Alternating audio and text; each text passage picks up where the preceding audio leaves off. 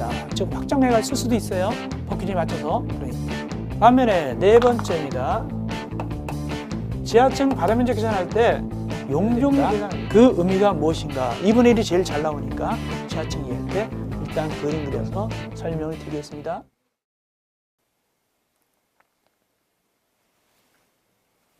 자, 이어서 우리는 주택관리 관계법규 기본 강의 제2강을 진행하겠습니다. 이 강은 거기에 17번 특별 건축구역이죠. 17번 괄호 열고 17번 특별 건축구역입니다. 특별 건축구역의 개념입니다. 특별 건축구역은 주관식 단답형으로 시험정이 나온 적이 있어요. 어떻게 나오냐니까 조화롭고 창의적인 건축물의 건축을 통하여 도시 경관의 창출, 건설 기술 향상 및 건축 관련 제도 개선을 도모하기 위해서 이 법 또는 관계 법령에 따라서 일부 규정을 적용하지 아니하거나 완화 또는 통합하여 적용할 수 있도록 특별히 지정하는 구역이 뭐라고 부르는가 이렇게 시험문제 나온 적이 있습니다. 뭐다? 특별 건축구역 이렇게 주관식 단답형으로 나온 적이 있습니다. 그러면 특별 건축구역이 뭐냐? 한마디로 건물을 지을 때 좀 더 멋있고 창의적인 건물을 짓는 겁니다. 예를 들어서 뭐 건물이 트위스트적으로 이렇게 약간 휘어졌다든가 이런 거 짓는 거 얘기합니다. 그렇게 짓기 위해서는 어떻게 한다? 법의 규정을 갖다 완화시키거나 통합하거나 또는 적용하지 않거나 이래야 되겠죠. 좀 융통성이 있어야 되겠죠. 이렇게 하는 것이 바로 뭐다? 특별 건축구역이고요. 이건 나중에 뒤에서 따로 또 배우게 됩니다. 특별 건축구역 따로 배웁니다. 이어서 18번 건축물의 유지관리. 일단은 건축물을 유지하고 관리하는 건 누가 하냐? 두 주체가 등장합니다. 소유자하고 관리자입니다. 건축물의 소유자, 관리자가 사용 승인된 건축물의 대지, 구조, 설비, 용도 등을 지속적으로 유지하기 위해서 건축물이 멸실될 때까지, 없어질 때까지 관리하는 것을 말한다. 여기 사용 승인된 건축물, 사용 승인이 뭘까를 간단히 설명드리겠습니다. 사용 승인. 우리가 건축법에서 건물을 짓는 자를 우리는 건축주라고 합니다. 건축주. 건축주가 공사를 건축 허가 받은 다음에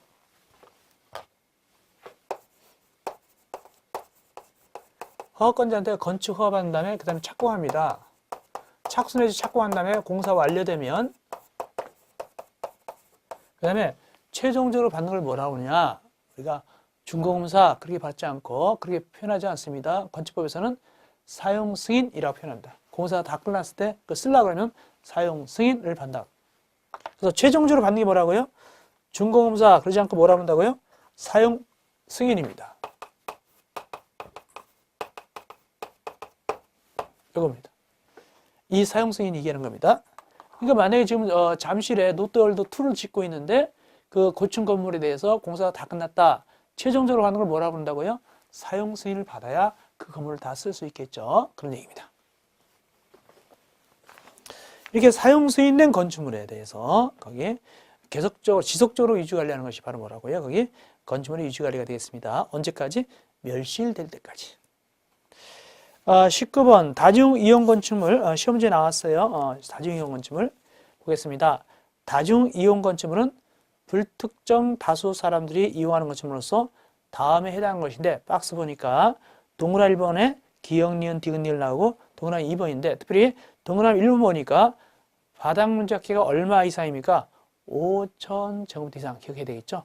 5,000제곱미터 이상 기억하고 근데 그 중에서 거기 기역, 니은, 디귿 다 알아야 되겠지만 특별히 기억에 있어서 보세요.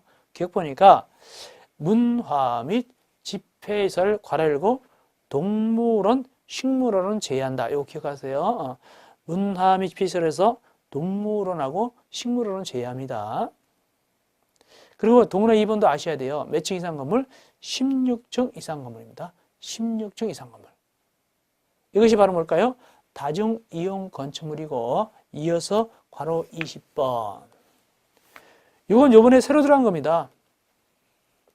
뭐냐면 준다중 이용 건축물입니다. 이번에 새로 들어간 것이다. 준다중 이용 건축물. 읽어볼까요? 준다중 이용 건축물이란 다중 이용 건축물 외의 건축물로서 다음에 해당하는데 그 받으면 잡기가 얼마입니까? 아까 위에서는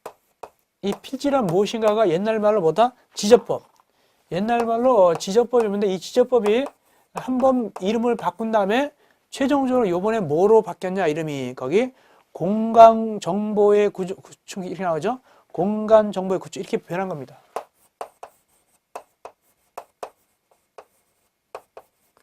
이렇게 이름이 변한 겁니다. 이렇게. 다만 제가 강의할 때는 이 공간정보 이게 말이 길기 때문에 그냥 강의할 때는 지저법 이렇게 부르겠습니다. 강의할 때는. 그러면 지저법이라고 얘기해서 뭘 얘기하는 것이다? 현행법상 공간정보의 구축 및 관리 등에 관한 법률이다. 이렇게 생각하면 되겠습니다. 어쨌든 이 필지는 여기 옛날 말로 지저법, 지금 이 공간이법, 공간법에서 필지 개념이 나온단 말이죠. 거기서 말하기를 필지는 뭐라고 얘기하냐? 만약 지적도를 본다면 이렇습니다. 지적도를 본다면 여기 1, 여기 뭐 2, 뭐 2에 1 이런 식으로 돼 있다. 이 지적도인데 필지란 뭐라고 부르냐? 이게 번호 숫자를 우리는 뭐냐면 지번이라고 합니다. 지번. 숫자를 지번이라고 하는데 하나의 지번을 갖다가 하나의 지번을 경계로서 구획한 거, 나누는 거. 하나의 지번을 경계로서 구획한 거, 나누는 거. 이게 바로 뭐다? 이것이 필지다. 그 뜻입니다. 여기 필지 몇 개냐? 요건 1, 지번 1, 요건 지번 2, 지번 2의 1, 이건 지번 2-1 그러지 않고 지번 2의 1인데 이것도 필지고 이것도 필지고 이것도 필지입니다. 총 몇 개 필지입니까? 그러면 3개 필지다라고 얘기하죠. 3개 필지. 이렇게 필지 개수가 건축법상 뭐가 되냐? 대지 개수가 되는 거예요. 대지 개수가. 그러면 여기 필지가 3개니까 건축법상 대지가 몇 개일까요? 대지가 3개다라고 되는 것입니다. 어쨌든 그런 의미에서 거기 공간정보 이하고 이 법하고 그 다음에 거기 필지가 나와 있는 것이죠. 다시 한번 읽어보겠습니다. 대지란 공간정보의 구축 및 관리 등에 관한 법률, 즉 지역법에 따라서 각 필지로 나눈 토지를 말한다. 그러니까 필지가 3개면 대지가 3개예요. 다만 이것이 안 맞는 경우도 있다. 어떤 경우냐? 대통령령으로 정하는 토지는, 즉 건축법 시행령으로 정하는 토지는 2 이상 필지를 하나의 대지로 하거나, 이것이 바로 밑에 나옵니다. 괄호 2번. 2 이상 필지를 하나의 대지로 한다. 또 하나 뭐 있냐? 하나 이상 필지 일부를 하나의 대지로 할 수 있다. 이것은 괄호 3, 옆에 페이지 밑에 괄호 3에 나옵니다. 이렇게 예외가 있다는 얘기입니다. 그래서 그 예외를 좀 설명드리겠습니다. 기본 강의니까 괄호 2에서 2가지를 설명드리고 그 다음에 괄호 3에서 2가지를 설명드림으로써 이해를 돕겠습니다. 나머지는 심화 강의할 때 좀 더 깊이 있는 건 해드릴게요. 자, 보겠습니다. 그래서 원칙적으로 필지 개수가 곧 대지의 개수인데 이것이 안 맞는 경우도 있다는 얘기죠. 예외가 있다. 그 예외가 크게 2가지가 있다. 그런 얘기입니다. 그 첫째가 뭐냐니까 여기서 교재에서는 괄호 2로 표현하는데 괄호 2 2 이상 필지를 갖다가 몇 개의 대지로 본다? 1개의 대지로 보는 경우가 있다. 그 다음에 괄호 3이라고 표현되어 있죠. 바로 밑에 나오죠. 하나 이상 필지의 일부를 몇 개의 대지로 본다? 역시 1개의 대지로 본다. 이런 경우가 있다는 얘기입니다. 이 경우가 여기서는 몇 가지 경우냐? 여기는 6가지 경우가 있고 여기는 몇 가지 경우냐? 여기는 5가지 경우가 있다. 이런 얘기예요. 이때 6가지, 5가지가 있는데 이 중에서 일단은 기본 강의니까 이해를 돕기 위해서 6가지 중에서 몇 번을 설명드리냐면 1번과 6번을 1번하고 6번을 갖다가 설명을 드리겠습니다. 그 다음에 여기 하나 이상 필지 일부 1개 대지는 요거는 몇 번과 몇 번을 설명드리냐면 2번하고 그 다음에 5번을 설명드리겠습니다.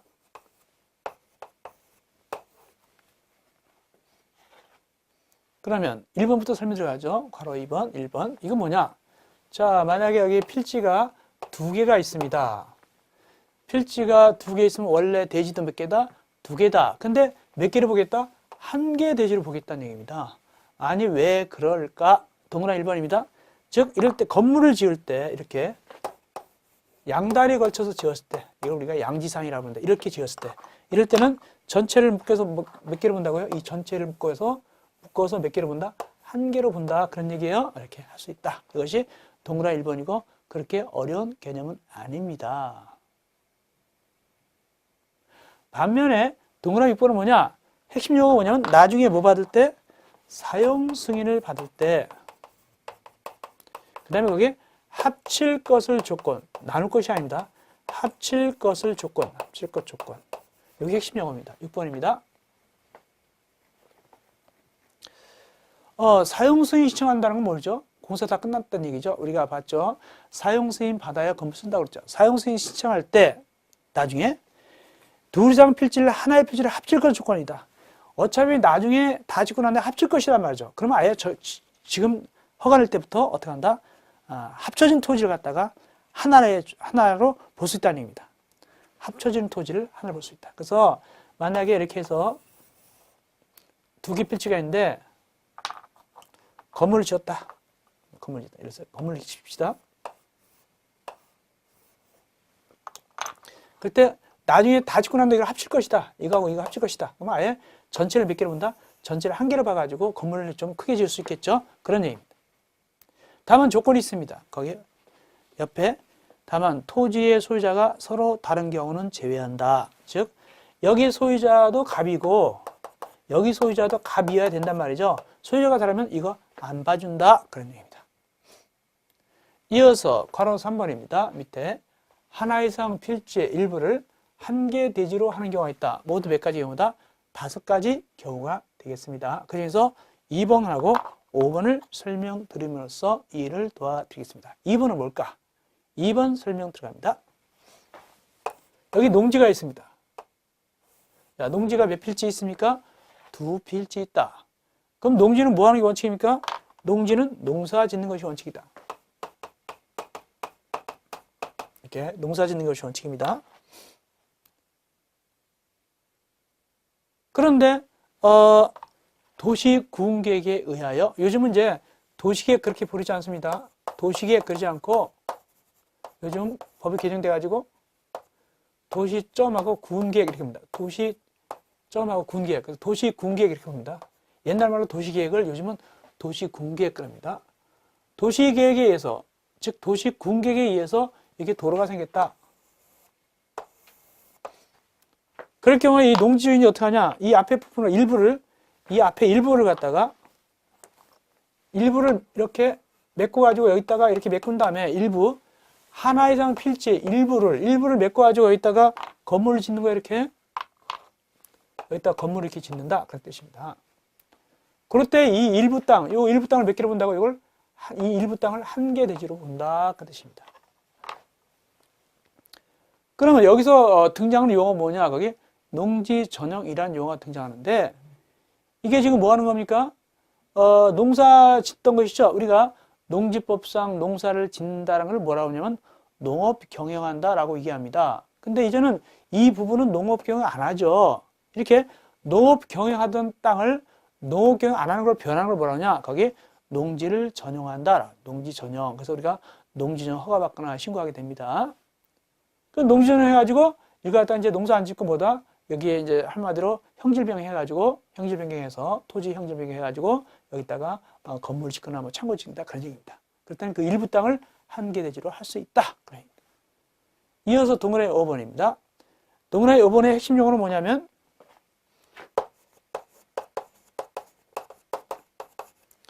사용 승인 받을 때 그다음에 뭐냐면 합칠 것이 아니라 여기 또 나눌 것이 조금 나눌 것. 나중에 사용 승인할 때 나눌 테니까 쪼갤 테니까 그 일부만 하나의 대지로 할 수 있다는 일부 그런 뜻입니다. 이게 반대입니다. 아까는 여기 뭐였죠? 합칠 것을 조건. 여긴 쪼갤 것을 조건입니다. 나중에 사용 승인할 때 쪼갤 것 조건. 나중에 쪼갤 테니까 아예 지금부터 쪼개 가지고 일부를 하나의 대지로 할 수 있다 그 뜻입니다. 그것이 5번입니다. 이렇게 예외가 크게 2가지가 있다라고 보시면 되겠습니다. 이어서 그 다음 주 가서 동그라미 2번 건축물입니다. 건축물의 용어정의 보니까 이렇게 나오고 있죠. 건축물이란 토지에 정착하는 공작물 중에서 사람이 만드는 공작물 얘기하는 것이죠. 공작물은 이때 일단 형태를 갖게 되겠죠. 지붕, 과, 기둥 또는 벽. 이거 주의하셔야 돼요. 지붕, 과, 기둥입니다. 지붕 또는 기둥이 아닙니다. 지붕, 과, 기둥이죠. 지붕 또는 기둥이 아니라. 그리고 또는 벽이 들어가는 것이죠. 그래서 기본적으로 건축물이 되려고 그러면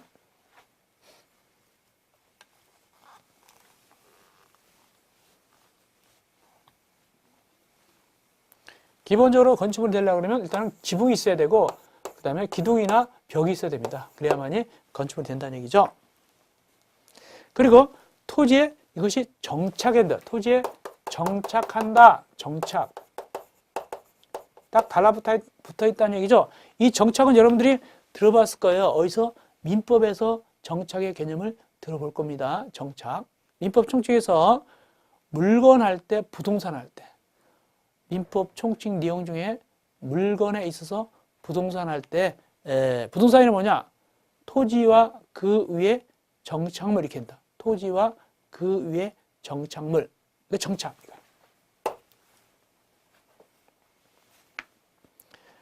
예. 그런 것이 바로 이 건축물인데 주의할 것은 거기 읽어보니까 자, 한번 여쭤봅시다. 지하차고 건축물이다 아니다? 건축물이다. 거기 보고 얘기합니다. 지하 점포 건축물입니다. 지하 공연장 건축물입니다. 이렇게 되는 겁니다. 지하 사무소도 건축물이고 또 고가 높은 곳에 있는 점포도 역시 차고도 역시 건축물이 되겠습니다. 지하 창고도 건축물입니다. 주의하세요. 그러므로 지하 차고나 지하 점포 지을 때도 건축법 규정에서 지어야 된다는 얘기입니다. 두 번째, 건축법을 적용하지 않는 건축물. 이것은 건축법상 건축물로 안 봅니다. 시험 문제 비교적 잘 나오는 부분이 되겠습니다. 문화재법상 거기에 문화재보법상 지정문화재, 가정문화재. 문화재를 갖다가 만약에 건축법 눈으로 보면 다 부셔야 되죠. 건축법 안 맞잖아요. 그러므로 건축법상 건축물을 안 봅니다.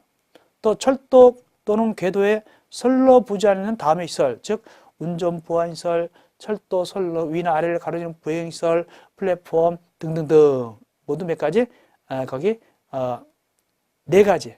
기역, 니은, 디귿, 리을 요 네 가지입니다. 이것은 철도 또는 궤도에 선로 부지하는 시설입니다. 이것은 역시 건축법상 건축물을 안 봅니다. 또 세 번째, 고속도로 통행로 징수시설. 우리가 톨게이트 같은 데 돈 받는 데 있죠? 이것도 안 보고. 네 번째, 컨테이너 간이 창고인데 공장에 써야 되는데 움직일 수 있는 거. 이것도 역시 건축물을 안 본다. 네 가지. 1번, 2번, 3번, 4번. 2번은 여러 가지 나눠지죠? 이렇게 건축물을 안 보는 거 꼭 기억하세요. 반면에 건축물을 보는 것도 있습니다. 거기다가 추가로 적겠습니다. 건축물을 보는 거.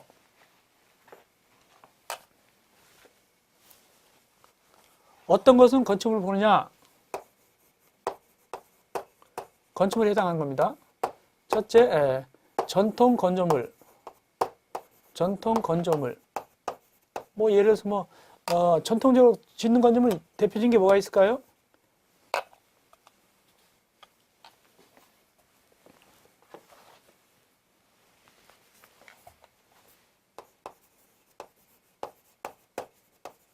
한옥 같은 거 이런 거.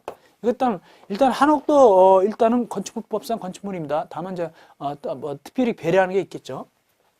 두 번째, 전통 사찰. 전통 사찰도 말이죠. 문화재가 아닌 이상은 건축법상 건축물입니다. 세 번째, 군사시설. 군사시설도 원칙적으로 건축물입니다. 네 번째, 철도 역사. 요즘 민자 역사 많이 짓죠? 철도 역사. 뭐 매점도 있고 화장실도 있고 티켓 판매하는 데도 있고 뭐 여러 가지 있죠. 쇼핑몰 있고 이런 거. 이것도 바로 뭐다? 건축물이다. 그래서 이거는 건축물로 봅니다. 예외적으로 이거 전통 건축물, 전통 사찰, 군사시설, 철도 역사 이건 건축물로 본다를 참고적으로 아시면 되겠어요. 특별히 군사시설은 공인중개사 시험에 나왔어요. 이거는 군사시설도 역시 건축물이다. 이렇게.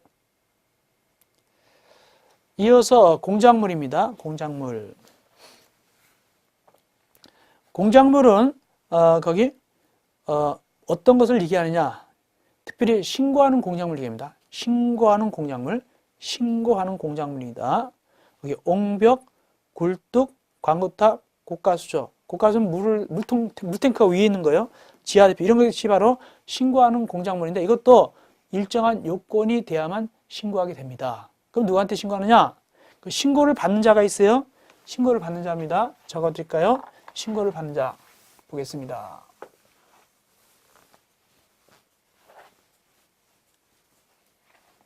신고를 받는 자가 누구냐면은 특별자치시장,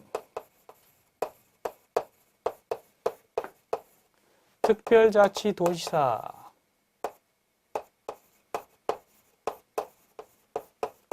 시장, 군수, 구청장 이렇게 되죠.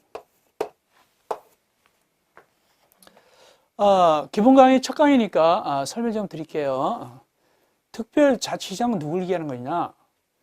특별자치시장은 세종시를 얘기합니다. 세종시. 세종시가 특별자치시장입니다. 세종시장이. 그래서 서울특별시 말고 서울특별시는 특별시입니다. 서울은 특별시고 세종시는 특별자치시입니다. 두 번째, 특별자치도지사는 어디냐? 이건 잘 알더라고요. 제주도. 제주도가 바로 특별자치도지사. 제주도지사가 특별자치도지사가 되겠습니다. 나머지 이제 시장, 군수구청 얘네들이 한테 뭐 한다고요? 일정한 그 공작물은 신고합니다. 신고하러 갑니다.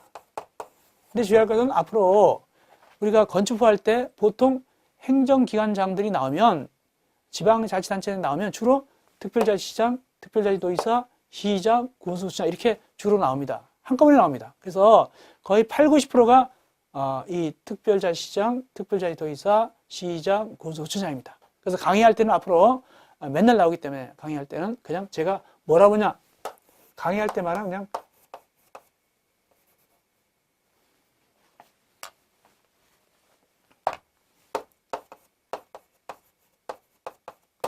그분들이라고 부르겠습니다. 그분들. 그래서 그래가지고 우리가 신고 대상 공작물, 즉 일정한 공작물은 누구한테? 그분들한테 신고하게 되는 것이죠. 다음은 그분들은 누굴 얘기한다? 특별자치시장, 특별자치도지사, 시장, 군수청장이고 우리가 시험지 나올 때는 그분들을 그렇게 쓰면 안 되겠죠. 특별자치시장, 특별자치도지사 이렇게 써야 되겠죠. 그럼 그 신고 대상 공작물이 뭐냐? 거기 위에 보니까 나오죠. 1번이 빠졌는데 1번 높이 6m를 넘는 골뚝, 2번 높이 6m를 넘는 장식탑, 기념탑 등등이 나오죠. 3번 높이 4m 넘는. 이거 외우는 건 우리가 심화 강의에서 외우겠습니다. 외우고 일단 기본 강의에서는 어떻게 시험 문제 나오는가를 말씀드릴게요. 보겠습니다. 만약에 자 옹벽이 3m다. 옹벽 3m다. 그 표를 보고 얘기합시다. 신고할까요? 안 할까요? 거기 5번에 보니까 높이 2m를 넘는 옹벽 담장 2m 넘죠? 그러므로 3m니까 신고해야 되겠죠? 그런 얘기입니다. 또 만약에 광고탑이 5m다. 신고할까요? 안 할까요? 그 2번에 보니까 높이 4m를 넘는다. 근데 신고하죠? 신고하겠죠? 근데 반면에 예를 들어서 높이가 5m짜리 장식탑이다. 신고할까요? 안 할까요? 보면은 2번에 장식탑은 6m를 넘어야 신고하잖아요. 그죠? 5m니까 신고하지 않겠죠? 이런 식으로 따져서 시험 문제 나온다는 얘기입니다. 실제로 몇 미터 외우는 건 우리가 심화 강의에서 연산법으로 같이 외울 겁니다. 그때 외우면 되고 일단 이렇게 보는 거구나. 이렇게 신고하는 거구나. 이렇게 보시면 되겠습니다. 나머지 읽어보는 정도 하시면 되겠고요. 그 다음에 중요한 게 뭐냐. 넘어가서 봅시다. 4번, 동그라미 4번 건축 설비입니다. 건축 설비는 읽어보시면 되겠는데 여러 가지가 있죠. 거기 전기 전화 설비, 초고속 정보통신 설비, 지능형 홈 네트워크 설비 뭐 다양한 게 있죠. 승강기, 피뢰침 등등등, 유선방송 시설 등등 이것이 바로 다 뭐다? 건축 설비에 들어갑니다. 방범시설도 있죠. CCTV 같은 거 이런 것도 건축 설비에 들어가는구나. 이렇게 참고로 하시면 되겠습니다. 이어서 적용 대상 행위입니다. 적용 대상 행위는 아주 중요합니다. 적용 대상에는 세 가지가 있습니다. 첫째, 건축, 둘째, 대수선, 셋째, 용도 변경. 이 세 가지가 있는데 매우 중요하기 때문에 일단은 칠판을 보시고 강의를 드리겠습니다.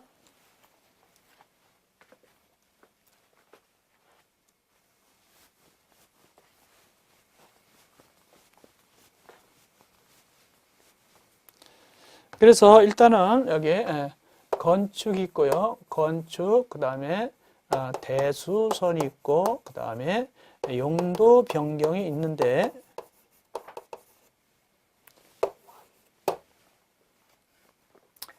이 경우에 건축, 대수선, 용도 변경 이 세 가지가 있게 되는데, 일단은 건축 개념 속에 대수선이나 용도 변경이 들어가는 게 아닙니다.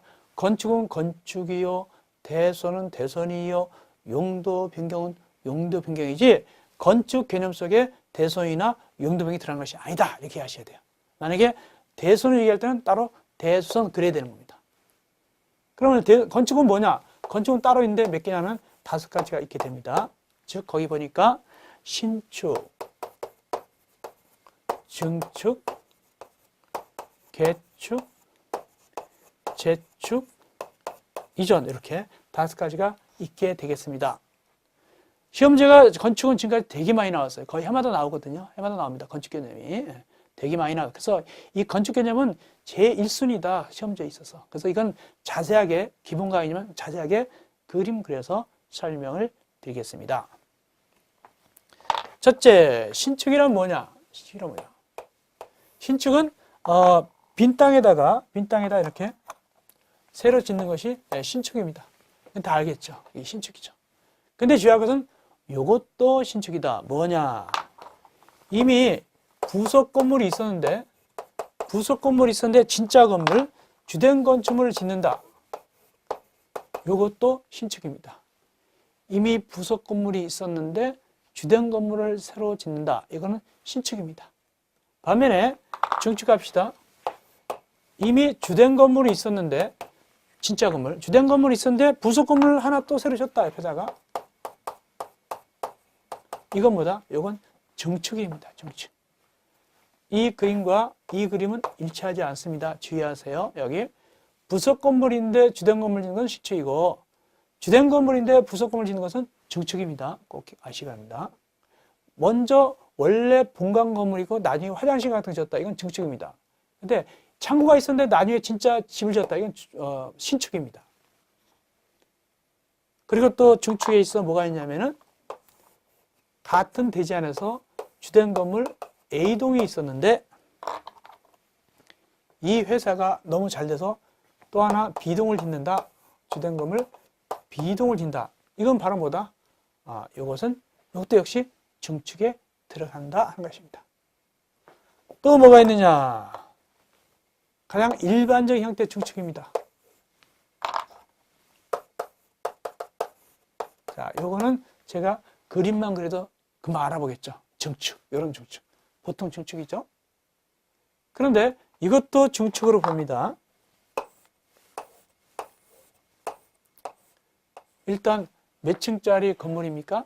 3층짜리 건물이죠. 근데 건축주가 여기를 딱 막아버렸어요. 졸지에 몇 층으로 변했습니까? 4층으로 변해버렸네. 그리고 바닥 면적 늘어났네. 바닥 면적 늘어나면 연면적 늘어나죠? 연면적 늘어나면 용적도 늘어나죠? 층수 늘어나고 용적도 늘어났잖아요. 그죠? 다 늘어났죠? 이걸 뭐라 본다? 이것도 증축이라고 부른다. 주의하세요. 그 다음에 개축하고 재축. 개축과 재축은 다시 축조한다. 다시 짓는 거. 다시 축조하는 데 공통입니다. 다시 짓는다. 다시 축조하는 게 공통인데 그 과정 내지 동기가 다르다. 개축은 인간의 의지에 의해서 스스로 철거하고 지을 때 개축이 되는 것이고 재축은 자연재해로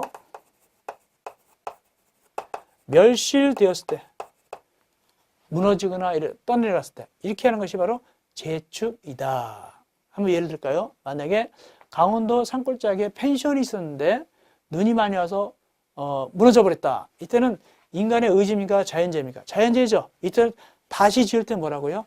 재축이다 그 뜻입니다. 근데 집이 있었는데 집이 맨날 비가 와서요.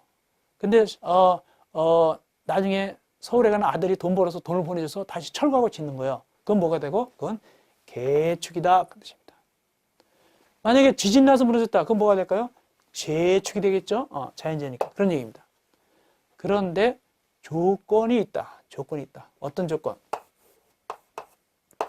종전 범위 내에서 재된다. 종전 범위 내에서. 그러니까 만약에 2층짜리가 무너졌으면 2층 이내에 줘야 되고 3층 지면 안 된다는 얘기입니다. 또 3층짜리를 철거하고 질 때는 3층 이내에 줘야 되지 4층 만들어 지면 안 된다는 얘기입니다. 그런 의미에서 개축, 재축이 되는데 만약에 범위가 내인데 범위 초과됐다.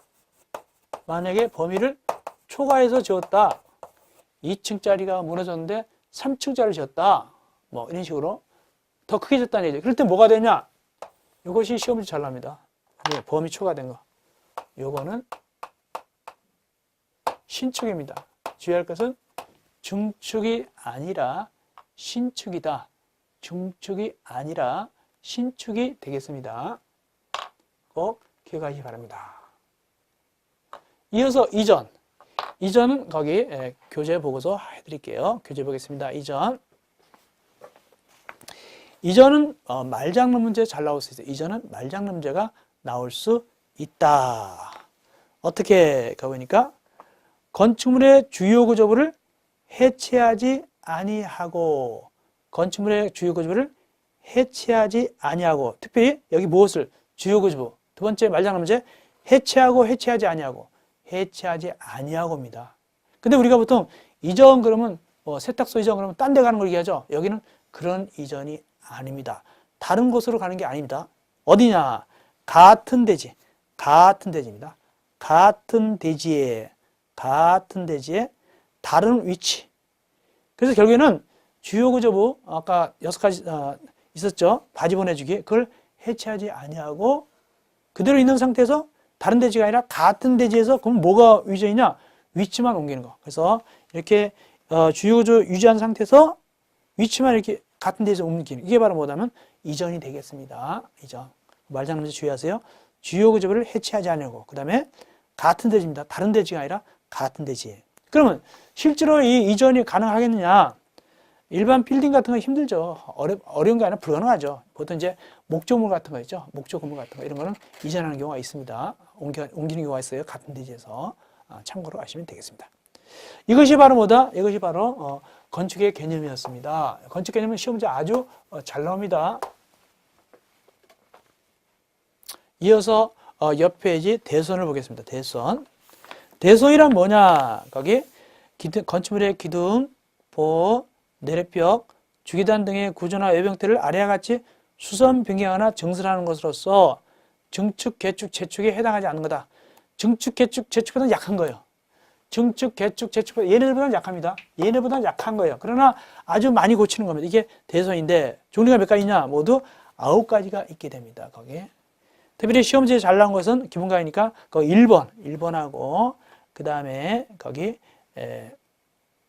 3번이 매우 시험 문제 잘 나온다. 1번하고 3번. 1번 보겠습니다. 1번. 미관지구에서 건축물의 외부 형태를 변경하는 거. 미관지구에서 건축물의 외부 형태를 변경하는 거. 이때 방화지구도 아니고 고도지구도 아니고 무슨 지구? 미관지구입니다. 미관지구. 미관지구에서 건축물의 외부 형태를 변경하는 겁니다. 방화지구 아닙니다. 고도지구 아닙니다. 미관지구라는 사실. 그 다음에 3번도 중요한데 내력벽을 증설 또는 해체하거나 그 벽면적을 30제곱미터 이상 수선 또는 변경하는 거. 내력벽을 증설 또는 해체하거나 그다음 옆에 갑시다. 이게 중요합니다. 그 벽면적을 30제곱미터 이상 이게 중요합니다. 30제곱미터 이상 수선 변경하는 거. 30제곱미터. 꼭 외우셔야 됩니다. 근데 중요한 것은 그냥 벽면적이 아니다. 그냥 벽면적이 아닙니다. 어떤 벽면적일까요? 그 벽면적. 그 벽면적이 뭐냐? 내력벽 벽면적을 얘기합니다. 그래서 결론적으로 이게서 외울 때 내력벽 벽면적을 30제곱미터 이상 수선 또는 변경할 때 이렇게 외워야 되겠습니다. 내력벽 벽면적을 갖다가 30제곱미터 이상 수선벽면, 꼭 외우시기 바랍니다. 내력벽 벽면적입니다. 그냥 벽면적 그리지 말고. 그 다음에 좀 봐준다면 나머지 이제 우리가 심화할 때 좀 해드리고, 그 2번에 보니까 다가구하고 다세대에서 경계벽입니다. 다가구 주택과 다세대 주택의 경계벽이지 아파트나 연립주택은 들어가지 않습니다. 2번에 동그라 2번.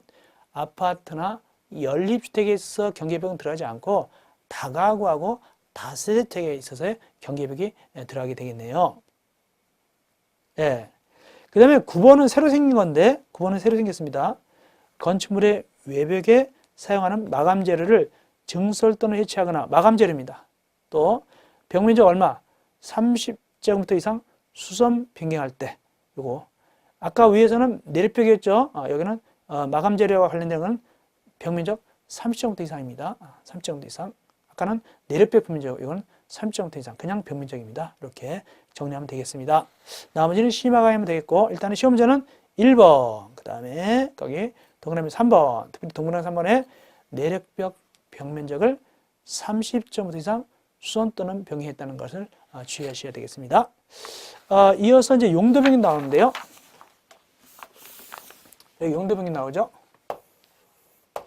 어쨌든 건축, 대선, 용도변경 이건 각각 다른 겁니다.